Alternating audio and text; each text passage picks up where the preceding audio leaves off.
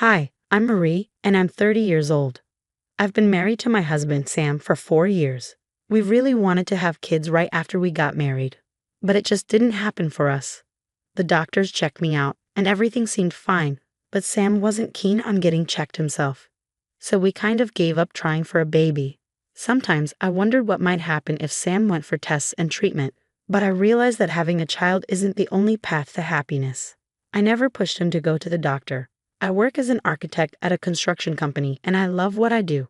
My salary is good, and I find my job really fulfilling. So I started thinking that not having kids might be okay. Sam works for the government, and while he earns less than me, his job is stable. We have a great life together. We enjoy doing things we love, eating tasty food, and going on trips every now and then. That's Sally, my sister, calling me from outside the house with her sweet, pleading voice again. It's way too early for anyone to be dropping by, especially on a weekday. With a sigh, I made my way to the front door. Can you stop coming over so early? I'm sorry, but I've got something going on. Can you take care of Annie again? I looked after her just the other day, remember? Please, I need your help. Sally, who's 3 years younger than me, became a mom to Annie 4 years ago through a sudden marriage that didn't last long. Now she's raising Annie on her own. Lately, she's been relying on me to babysit several times a week for even the smallest reasons. It's urgent. I had no other choice, right? I have work too, but you're working from home, Marie. Just let her nap next to you, please, she asked, already placing Annie's things at the door as if it's already decided. Feeling unable to say no, I sighed and agreed to watch my niece. Thanks, I'll pick her up later, Sally said happily as she left. She was dressed up, wearing a short skirt. I wondered what she was up to. Watching her walk away in her high heels, I felt a mix of emotions. My 4-year-old niece is such a calm and easy child to care for. Sometimes she gets a bit teary, but her adorable smile makes everything better. Even though I thought having kids wasn't in the cards for us, spending time with her made me realize just how precious little ones can be. It saddens me to see her mom, my sister Sally, leaving her with me so often. I've mentioned to Sally that it's not ideal to leave her daughter so frequently, but I'm still happy to look after my niece. When Sally came to pick her up later that evening, she didn't even offer an apology. She just took her daughter and left in a hurry. Then my husband arrived home, and Sally left her child with us again for the day. I tried to talk to my husband about my day, but he seemed disinterested and barely responded. I understand that being a single mom is tough for Sally, but I also feel like my husband should be more supportive. He brushed off the conversation and went to take a shower. That's when I noticed his phone buzzing on the table, something he usually never leaves unattended. Curious, I glanced at the screen and saw that the caller was Sally. Confused, I wondered why she would be calling him. Before I could think too much about it, my husband returned and quickly grabbed his phone, rushing off to the bathroom. I tried to brush it off, but the message from Sally lingered in my mind. I need to see you urgently. Was Sally messaging my husband? Could he be cheating on me? These thoughts raced through my mind, but I couldn't find any solid answers. Since then, I never had another opportunity to check his phone.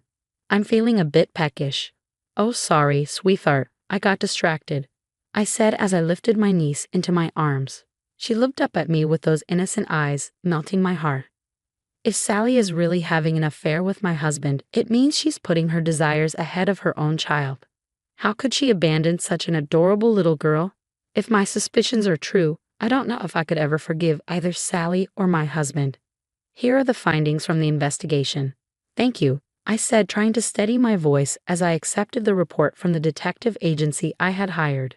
The results confirmed my worst fears. My husband was indeed having an affair. It hit me like a ton of bricks, but I managed to hold back my tears. I had mentally prepared myself for this moment. As it turned out, my husband and Sally were deeply involved in this affair.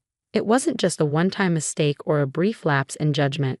They had been meeting several times a week, going to great lengths to cover their tracks. Looking back, I recalled how my husband, typically punctual and returning home from his government job, suddenly started working late on the days Sally brought my niece over. He always had some excuse ready to defend Sally's actions when she left her child with us. Why hadn't I noticed these patterns before? They both often came home at the same time, but I never connected the dots until now. Receiving the report, I was overwhelmed with uncertainty about what steps to take next. Should I confide in my parents or confront both of them? But before anything else, my niece came to mind. You're having an affair, aren't you? I confronted my husband abruptly, catching him off guard. What? No, what are you talking about? Don't spout nonsense, he retorted, clearly taken aback by my accusation. You're cheating with Sally, aren't you? I pressed, my certainty leaving him visibly flustered, his eyes darting around as if searching for an escape from the truth. Too late, I already know everything. Let's get a divorce, I declared firmly, his face flushed with anger at being labeled as the lowest of the low. But as I confronted the reality of my husband's affair with Sally, a cold numbness overtook me. I felt indifferent, detached from the situation. Both Sally and my husband seemed despicable for their betrayal. Despite being entitled to compensation in a divorce court, I couldn't bear the thought of my niece suffering. So I made the decision not to pursue compensation from Sally and to keep the affair a secret from our parents. Let me think about it. It's all so sudden, my husband replied, trying to regain his composure. Reluctantly, I agreed to give him time to process everything. Little did I know, it was a mistake. The next day, he didn't return home at his usual time. I waited anxiously, wondering if he and Sally were scheming something together. Despite my concerns, I chose to wait without reaching out to him. I was startled by the sound of a child crying nearby. Stepping outside, I couldn't believe what I saw. Annie, my niece, wrapped in a blanket, stood alone in front of my house, looking lost. My heart sank as I watched Sally and my husband speed away in their car. I hesitated for a moment, torn between chasing after them and staying with Annie, who was crying inconsolably. In the end, I couldn't leave her behind, so I stayed and watched their car disappear into the distance. How could they abandon a child like that? What if something terrible had happened to Annie while they were gone? The mere thought sent chills down my spine, filling me with anger towards the two people who could so callously neglect their responsibilities. They weren't human, they were monsters. As I lifted Annie into my arms, I noticed several papers bundled up with her blanket. Among them were divorce papers with my husband's signature and letters from both him and Sally. They apologized for their actions, expressing their love for each other and their desire to be together.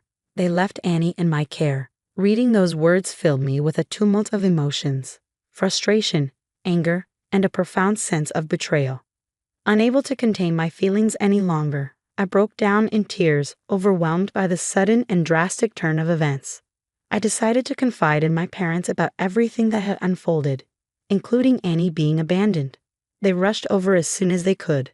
Through tears, I showed them the evidence of Sally and my husband's affair, explaining the whole situation. Mom hugged me tightly, offering comfort, while Dad's hands trembled with anger. "What's your plan now?" Dad asked, his voice tense with emotion. "I'm filing for divorce," I replied firmly. "Good, that's the right decision. We'll need to discuss this with your husband's parents as well," Dad insisted. My parents were determined to sever ties with Sally. They made it clear that even if she sought refuge with them, they wouldn't offer any help. "Annie is our precious granddaughter. We'll take care of her," Dad declared, his gaze resting on Annie, who was peacefully sleeping. Mom's eyes were downcast, tears welling up. "No, I'll take care of her," I asserted, my decision unwavering. "You don't have to do that. Consider what they've done." "You don't owe them anything," Mom urged, concerned that I might be swayed by Sally and my husband's letters. But my resolve was firm. "Annie is incredibly dear to me. I see her as my own child. I want to adopt her," I explained. My parents seemed troubled but respected my decision. They assured me of their support and urged me to consult them whenever needed, which brought me some comfort. The next day, I decided to inquire about my husband's whereabouts at his workplace, only to discover that he had already resigned. I was certain he had vanished without a trace. When I checked our bank account, it was wiped clean. I couldn't help but be impressed by how swiftly he had managed to empty it all in just one day. However, only a small portion of the money, which was in an account my husband had easy access to, had been withdrawn. The rest of our savings were safely tucked away in another account. I had made the decision to transfer the funds as a precaution, and now I was grateful for that foresight. It was a small move on my part, but it saved us from financial ruin. I also reached out to Sally's ex-husband, hoping he might want to be involved in his daughter's life, but he showed no interest. It pained me to think about my niece's situation, but I was determined to give her all the love and care she deserved. After finalizing my divorce, I officially adopted my niece. Together, we embarked on a fresh start in a new location. Life presented its challenges, but it was also filled with joy. My niece taught me the highs and lows of parenthood, and as the years went by, I cherished every moment, especially the day she called me Mom for the first time. Despite the hardships we faced, the love I felt for my daughter gave me strength to persevere. Balancing work and parenting, a decade flew by in the blink of an eye. Then on the day my daughter turned 14, I received an unexpected call on my cell phone. "Mom, there's a call for you," my daughter called from the other room. "Okay," I replied, glancing at the screen, which displayed only a phone number. I wondered who could be calling. Curiosity piqued, I answered, and a familiar voice greeted me from the other end. "Hi Marie, it's Sally. It's been a while." It was Sally. Even after all these years, she spoke as if nothing had changed. Her casual tone made their sudden reappearance feel surreal. "Mom, are you okay?" my daughter asked, concern evident in her voice. "Yes, I'll handle it, but you should stay back. Can you call Grandma and let her know Sally's here?" "Phil, do you understand?" I instructed my daughter, sensing the seriousness of the situation. She nodded firmly and quickly made the call to my mom. As she did, I closed the door to the living room, preparing myself for what was to come, and then opened the front door to confront Sally. "I knew you were here. This isn't acceptable. You're disturbing the neighbors," I stated firmly as I faced Sally, who stood on my doorstep. "Well, you took forever to answer the door. Isn't that right?" Sally retorted casually. "It's been too long." Behind Sally, my ex-husband stood awkwardly, a surprise I hadn't anticipated. The two of them, who I hadn't seen in a decade, looked different. My ex-husband appeared worn out, while Sally seemed to be trying to maintain a youthful appearance but instead appeared older than her years. "I'm not comfortable with this sudden visit. Please leave. I came for my daughter. Is she here?" I demanded. "Stop. You're not coming in," I interrupted firmly. "Why? She's my daughter. If you don't let us in, I'll have to call the police."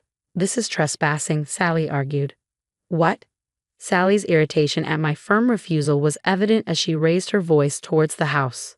"Hey Annie, you're in there, right? Stop this nonsense. Why are you interfering? Do you really think you're her real mom, Marie? You're nothing but a fraud. I'm the one who carried her in my womb and gave birth to her. A real mom is obviously superior." I wanted to retort to remind Sally of her decade-long absence and abandonment of Annie, but I hesitated, considering that my daughter might still harbor some curiosity about her biological mother. With that in mind, I found myself at a loss for words. Seeing my hesitation, Sally laughed triumphantly and pushed past me, striding into the house. "Annie, Mom." "Ha, you've grown up. I'm your real mom," Sally declared. Confused by the sudden intrusion, my daughter looked at Sally with a mix of fear and uncertainty. Sensing my daughter's unease, Sally's expression twisted into one of displeasure. "Has this woman been filling your head with lies about me?" "It's all untrue. She's the one who took you from me and pretended to be your mom."